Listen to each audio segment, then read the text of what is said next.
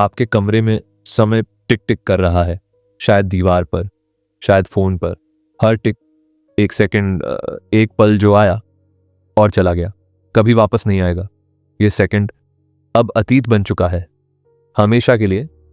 आज रात मैं आपसे एक सवाल पूछना चाहता हूं, एक ऐसा सवाल जो दार्शनिकों ने हजारों साल से पूछा है, एक ऐसा सवाल जिसका जवाब विज्ञान ने खोजने की कोशिश की है, एक ऐसा सवाल जो आपको नींद नहीं आने देता। क्या हमारा अतीत सच है? क्या वो वास्तव में कहीं मौजूद है या सिर्फ आपकी यादों में है? और अगर अतीत सच है तो क्या भविष्य भी पहले से मौजूद है? क्या सब कुछ पहले से लिखा जा चुका है? क्या समय सिर्फ एक भ्रम है? तो आंखें बंद कर लीजिए, गहरी सांस लीजिए, महसूस कीजिए इस पल को, इस अभी को, इस वर्तमान को। लेकिन ये अभी क्या है? जितनी देर मैं ये वाक्य बोल रहा हूं, ये पहले ही अतीत बन चुका है। अभी एक ऐसा पल है जो थामने से पहले ही फिसल जाता है। कल्पना कीजिए कि आप हवा में तैर रहे हैं, अपने बिस्तर से ऊपर, छत के पास। लेकिन इस बार आप सिर्फ अंतरिक्ष में नहीं जा रहे, आप समय में भी जा रहे हैं। कमरे का समय यंत्र अब धीमी गति में लग रहा है, सुई धीरे चल रही है और धीरे, जैसे वक़्त खुद खिंच रहा हो। छत से गुजर जाते हैं, इमारत की छत पर हैं, नीचे अपने शहर को देखते हैं। लाखों लोग, लाखों यंत्र, सब अपने अपने समय में जी रहे हैं। लेकिन एक बात सोचिए, जब आप अपने मित्र को फ़ोन करते हो और वो बोलते हैं मैं 5 मिनट में आऊँगा, तो उनका 5 मिनट और आपका 5 मिनट बिल्कुल एक जैसा नहीं होता। अगर आप बोर हो रहे हो तो समय लंबा लगता है, अगर आप व्यस्त हो तो जल्दी निकल जाता है। यह निजी समय है, मनोवैज्ञानिक समय। लेकिन क्या भौतिक समय भी लचीला है? क्या वक़्त सचमुच खींच सकता है, धीमा हो सकता है? जवाब है हाँ, बिल्कुल हाँ। और यह कोई दर्शन नहीं है, यह विज्ञान है। आइंस्टीन ने इसे साबित किया था। ऊपर आते हैं, बादलों के बीच से गुजरते हैं और एक अजीब बात पता चलती है। यहां इतनी ऊंचाई पर समय कुछ अलग चल रहा है। सच में, जो उपग्रह आपके फोन में लोकेशन बताते हैं, उनके यंत्र धरती की सतह पर चल रहे यंत्रों से कुछ तेज चलते हैं। सिर्फ नैनोसेकंड्स का फर्क, लेकिन फर्क है, क्योंकि गुरुत्वाकर्षण समय को प्रभावित करता है। मजबूत गुरुत्वाकर्षण समय को धीमा करता है, कमजोर गुरुत्वाकर्षण समय को तेज करता है। तो तकनीकी रूप से आप अभी भी उस इंसान से छोटे हो जो नीचे जमीन पर स्थित है। बहुत मामूली फर्क, लेकिन असली फर्क यह पहला इशारा है समय यात्रा का, पहला कदम, पहला रहस्य। और ऊपर आते हैं, वायुमंडल खत्म होता है, अंतरिक्ष शुरू होता है। धरती नीचे घूम रही है, सुंदर, नीली, नाजुक। लेकिन अब एक और चीज देखिए, धरती जो घूम रही है 1600 किलोमीटर प्रति घंटे की रफ्तार से। इसका मतलब है कि भूमध्य रेखा पर रहने वाले लोग तकनीकी रूप से टाइम ट्रेवल कर रहे हैं, क्योंकि जब आप गति में होते हो आपका समय धीमा होता है। यह सापेक्षता का सिद्धांत है। रफ्तार समय को फैला देती है। चंद्रमा दिखाई दे रहा है, रुपहला, खामोश, हम उसकी तरफ चलते हैं। चांद पर जब अंतरिक्ष यात्री गए थे 1969 में, तो उनके समय यंत्र कुछ तेज चल रहे थे, क्योंकि चांद का गुरुत्वाकर्षण धरती से कम है। और कम गुरुत्वाकर्षण मतलब तेज समय। नील आर्मस्ट्रांग ने जो कदम रखा था, वो पल, वो अब अतीत है, 55 साल पुराना अतीत। लेकिन क्या वो पल अब भी कहीं मौजूद है? आइंस्टीन कहते हैं हाँ, भूत, वर्तमान, भविष्य सब एक साथ मौजूद हैं, सब एक ही धागे पर, स्पेस टाइम के जाल पर।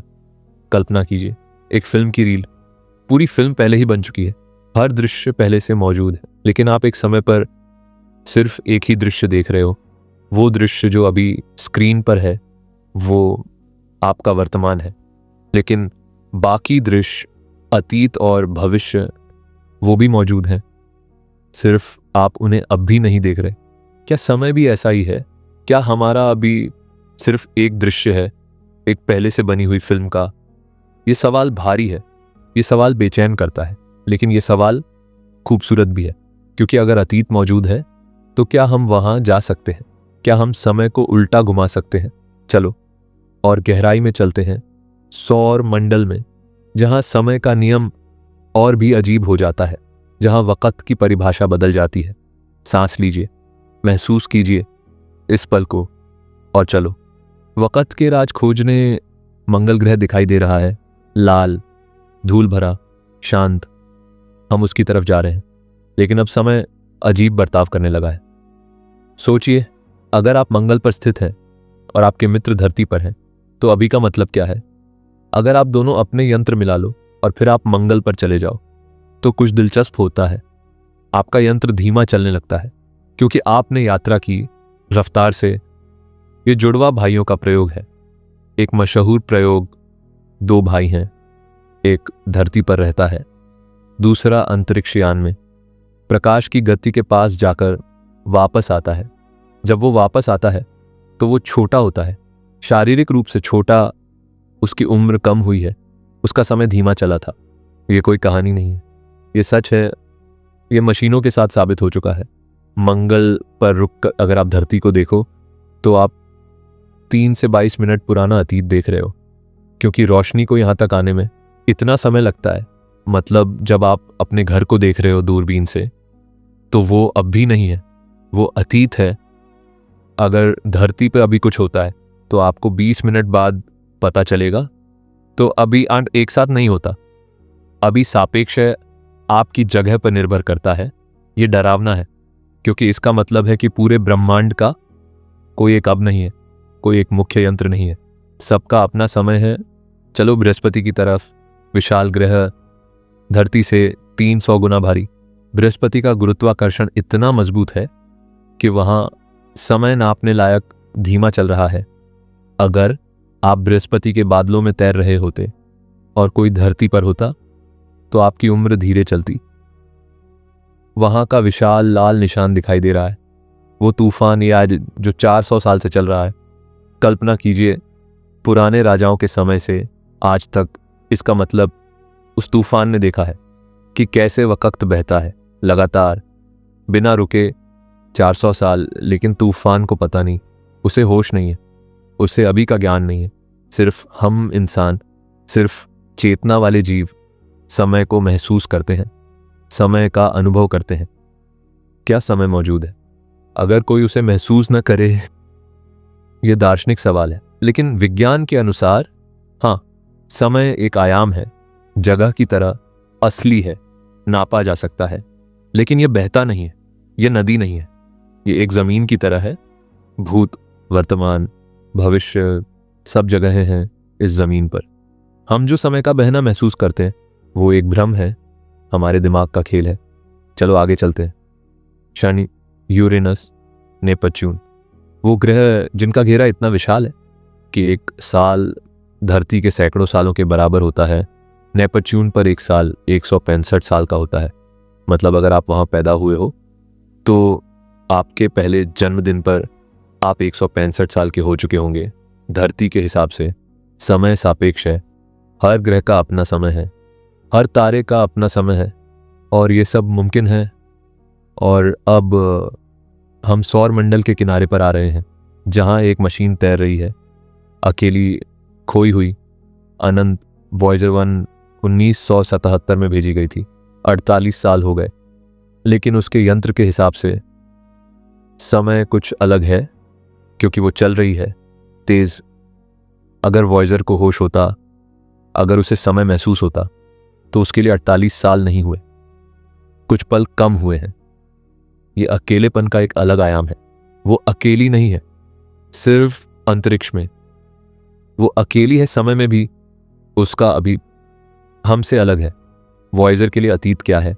उसने जो देखा वो अतीत है, लेकिन क्या वो अतीत अब भी सच है? क्या वो पल अब भी मौजूद हैं? ब्लॉक यूनिवर्स थ्योरी कहती है हाँ, सब पल मौजूद हैं एक साथ। अतीत नहीं गया, भविष्य नहीं आया, सब पहले से है, बस हम एक खास पल को जी रहे हैं। ये थ्योरी अगर सच है तो हमारी मर्जी का क्या? अगर भविष्य पहले से मौजूद है तो क्या हमारे फैसले पहले से तय हैं? ये सवाल आसान नहीं है। ये सवाल सदियों से हमें सता रहे हैं और सच ये है, कोई पक्का जवाब नहीं है, लेकिन एक बात पक्की है, समय स्थिर नहीं है, समय लचीला है। तो तकनीकी रूप से टाइम ट्रेवल मुमकिन है। भविष्य की यात्रा तो हो ही रही है। हर पल, हर सेकंड हम भविष्य में जा रहे हैं। लेकिन क्या हम अतीत में जा सकते हैं? क्या हम समय को उल्टा घुमा सकते हैं? क्या हम उन पलों को फिर से जी सकते हैं जो जा चुके हैं? इसका जवाब उलझा हुआ है और इसका जवाब हमें मिलेगा गहरे अंतरिक्ष में, जहां ब्लैक होल्स हैं, जहां समय इतना अजीब हो जाता है कि हम सोच भी नहीं सकते। तो चलो वॉयेजर को अलविदा बोलते हैं, उसके अकेले सफर को चलने देते हैं और हम जाते हैं वहां जहां समय का मतलब बिल्कुल बदल जाता है। तारों के बीच का खाली अंतरिक्ष, यहां दूरी इतनी विशाल है कि समय का नाप बेमतलब लगने लगता है। पास का तारा अल्फा सेंटरी 4 साल दूर है, मतलब रोशनी को 4 साल लगते हैं वहां तक पहुंचने में। तो जब आप उस तारे को देखते हो, आप 4 साल पुराना अतीत देख रहे हो। वहां अभी क्या हो रहा है आपको 4 साल बाद पता चलेगा। अगर वो तारा अभी फट जाए तो आप 4 साल तक नहीं जान पाओगे। आपके लिए वो तारा अभी भी चमक रहा है, लेकिन वो है नहीं। तो अतीत और वर्तमान धुंधले हो जाते हैं, कोई साफ लकीर नहीं रहती। सब नजरिए पर निर्भर करता है। यहां गहरे अंतरिक्ष में एक चीज है जो टाइम ट्रेवल को मुमकिन बना सकती है, वर्म होल। अंतरिक्ष में सुरंग कल्पना कीजिए। स्पेस टाइम एक चादर है। अगर आप उस चादर को मोड़ दें और एक छेद बना दें तो आप एक छोटा रास्ता बना सकते हैं दो दूर की जगहों के बीच। अगर ये सुरंगें होती हैं तो हम इनका इस्तेमाल करके समय में यात्रा कर सकते हैं। लेकिन मुश्किल ये है, ये सुरंगें टिकती नहीं है, वो बंद हो जाती है। तो वर्म होल अभी तक सिर्फ किताबों में है, असल में हमें कभी नहीं मिले, शायद कभी नहीं मिलेंगे। लेकिन एक और तरीका है समय को बदलने का। एक ऐसी जगह है जहां समय लगभग रुक जाता है, ब्लैक होल, कृष्ण विवर। हम उसकी तरफ जा रहे हैं। दूर से एक अंधेरा दिखाई दे रहा है, तारे उसके पास जाकर मुड़ रहे हैं, रोशनी झुक रही है। यह एक मरा हुआ तारा है जो ढह गया, एक ऐसा बिंदु जिसकी सघनता अनंत है, जिसका खिंचाव अनंत है। जैसे जैसे हम पास जाते हैं एक अजीब असर महसूस होता है, समय धीमा होना शुरू होता है। अगर आप ब्लैक होल के पास हैं और आपका मित्र दूर है तो आपका समय उसके समय से धीमा चल रहा है, आपकी उम्र धीरे चल रही है। और अगर आप उस सीमा के पास जा रहे हो जिसके पार कुछ नहीं आ सकता, तो समय लगभग रुक जाता है। बाहर से देखा जाए तो आपकी तस्वीर जम जाती है। आप उस सीमा पर फंसे हुए लग रहे हो हमेशा के लिए। समय नहीं चल रहा, आप एक तस्वीर बन गए। लेकिन आपके लिए, आपके नजरिए से सब सामान्य है। आप सीमा पार कर रहे हो, आप अंदर जा रहे हो और एक पल में आप केंद्र पर पहुंच जाओगे और वहां सब खत्म। यह समय के धीमे होने का सबसे विशाल उदाहरण है। ब्लैक होल के पास समय इतना धीमा है कि असल में आप भविष्य में यात्रा कर रहे हो। अगर आप ब्लैक होल के पास 1 घंटा बिताओ और वापस आओ तो धरती पर सदियां निकल चुकी होंगी। यह टाइम ट्रेवल है, भविष्य की यात्रा पूरी तरह मुमकिन। विज्ञान इसकी इजाजत देता है, लेकिन बेहद खतरनाक। लेकिन एक सवाल है, अगर आप अतीत में जा सकते हो तो क्या आप अतीत को बदल सकते हो? मशहूर दादाजी का विरोधाभास। अगर आप अतीत में जाओ और अपने दादाजी को मिलने से रोक दो तो आप पैदा ही नहीं होंगे। तो आप अतीत में गए कैसे? यह पहेली सुलझती नहीं है। शायद इसीलिए अतीत में जाना शायद कभी मुमकिन नहीं होगा, कम से कम ब्लैक होल्स के जरिए तो नहीं। लेकिन सबसे जरूरी बात यह है कि भूत, वर्तमान, भविष्य, यह बंटवारा एक भ्रम है। असली समय एक आयाम है, चौथा आयाम। और उस आयाम में सब पल बराबर हैं, सब घटनाएं पहले से मौजूद हैं। हम बस एक खास जगह पर हैं इस आयाम में, और हम महसूस कर रहे हैं उस जगह को, उस पल को, उस अभी को। ब्लैक होल से दूर आते हैं, उसके भयानक खिंचाव से बाहर निकलते हैं और हम जाते हैं और भी दूर, ब्रह्मांडीय पैमाने पर, जहां समय का विचार और भी अनोखा हो जाता है। आकाश गंगाएं अरबों की तादाद में, हर दिशा में धागों पर सजी हुई ब्रह्मांडीय जाल की तरह। हर आकाशगंगा एक टापू है, एक ब्रह्मांड अपने आप में। अरबों तारे, खरबों ग्रह, अनंत संभावनाएं। लेकिन यहां इस पैमाने पर समय का मतलब ही खत्म हो जाता है। दूरियां में इतनी विशाल है कि अभी का कोई मतलब नहीं बनता। एंड्रोमेडा आकाशगंगा दिखाई दे रही है, हमारा सबसे करीबी पड़ोसी, 25 लाख प्रकाश वर्ष दूर। मतलब जब आप एंड्रोमेडा को देखते हो, आप 25 लाख साल पुराना अतीत देख रहे हो। वहां अभी क्या हो रहा है आपको 25 लाख साल बाद पता चलेगा। अगर वहां कोई सभ्यता है और वो धरती को देख रही है, तो वो हमें 25 लाख साल पुराने अतीत में देख रही है, जब इंसान मौजूद भी नहीं थे, तो अभी एक साथ नहीं होता। हर आकाश गंगा का अपना वर्तमान है, अपना अतीत है, अपना भविष्य है। यह एहसास डराने वाला है, हमें छोटा महसूस कराता है, लेकिन यह आज़ाद भी करता है। क्योंकि अगर समय एक भ्रम है, अगर अतीत और भविष्य पहले से मौजूद है, तो चिंता का क्या मतलब? हम चिंता करते हैं भविष्य के बारे में, हम पछताते हैं अतीत के बारे में, लेकिन दोनों पहले से मौजूद हैं, तय है। हमारी चेतना बस फिसल रही है इस समय की चादर पर, एक बार में एक पल को जी रही है।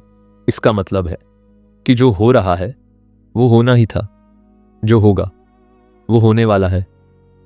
हम अपनी पसंद के जिम्मेदार हैं, लेकिन अंत में अब एक विशाल पैटर्न का हिस्सा है, एक ब्रह्मांडीय नाच का हिस्सा है।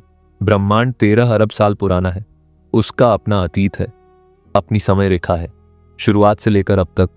और भविष्य में अरबों साल बाद ब्रह्मांड चलता रहेगा, तारे बुझ जाएंगे, आकाशगंगाएं धुंधली हो जाएंगी, ब्लैक होल्स भाप बन जाएंगे। अंत में सब कुछ एक जैसा हो जाएगा, कोई बदलाव नहीं, कोई समय नहीं, क्योंकि समय को नापने के लिए बदलाव चाहिए, हलचल चाहिए। अगर सब कुछ रुक जाए तो समय मौजूद नहीं रहता। तो ब्रह्मांड का अंत समय का अंत भी है, वक्त मर जाएगा सचमुच, लेकिन यह अभी नहीं होगा, अरबों खरबों साल बाद होगा। एक संख्या इतनी विशाल कि हम सोच भी नहीं सकते। तो अभी ये पल, ये सफर, ये अनुभव, ये सुंदर है, कीमती है। हम एक अनोखे पल में जी रहे हैं, ब्रह्मांड के समय में, जब तारे चमक रहे हैं, जब जीवन मौजूद है। और ये पल, ये अभी भले ही भ्रम है, ये सच भी है, क्योंकि हम इसे महसूस कर रहे हैं, जी रहे हैं। तो क्या अतीत सच है? हाँ, उस मायने में कि वो मौजूद है समय के आयाम में, एक जगह की तरह। क्या हम अतीत में जा सकते हैं? शायद नहीं। क्या हम वक़्त को रोक सकते हैं? नहीं, क्योंकि वक़्त बह नहीं रहा, वो पहले से एक स्थिर जगह है। लेकिन हम समय को धीमा कर सकते हैं, रफ्तार से यात्रा करके, मजबूत गुरुत्वाकर्षण में जाकर।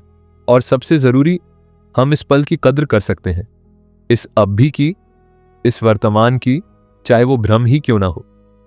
अब वापस आ रहे हैं ब्रह्मांडीय जाल से, आकाशगंगाओं से, गहरे अंतरिक्ष से, सौर मंडल में वापस आते हैं।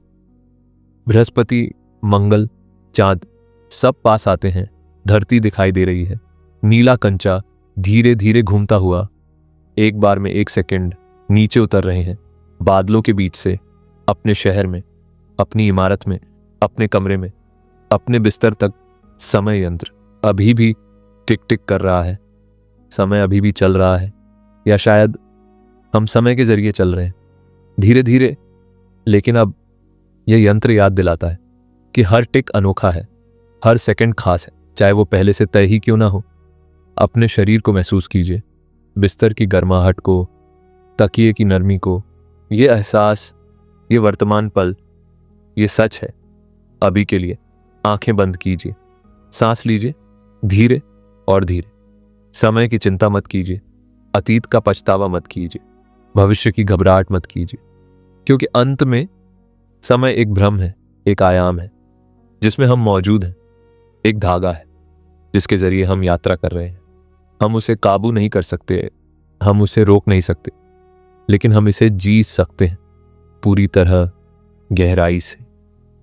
तो अब इस पल में, इस अभी में खुद को सौंप दीजिए, जाने दीजिए, बस चलिए समय के साथ बहिए, क्योंकि कल फिर आएगा, अतीत फिर याद बन जाएगा, भविष्य फिर वर्तमान बन जाएगा।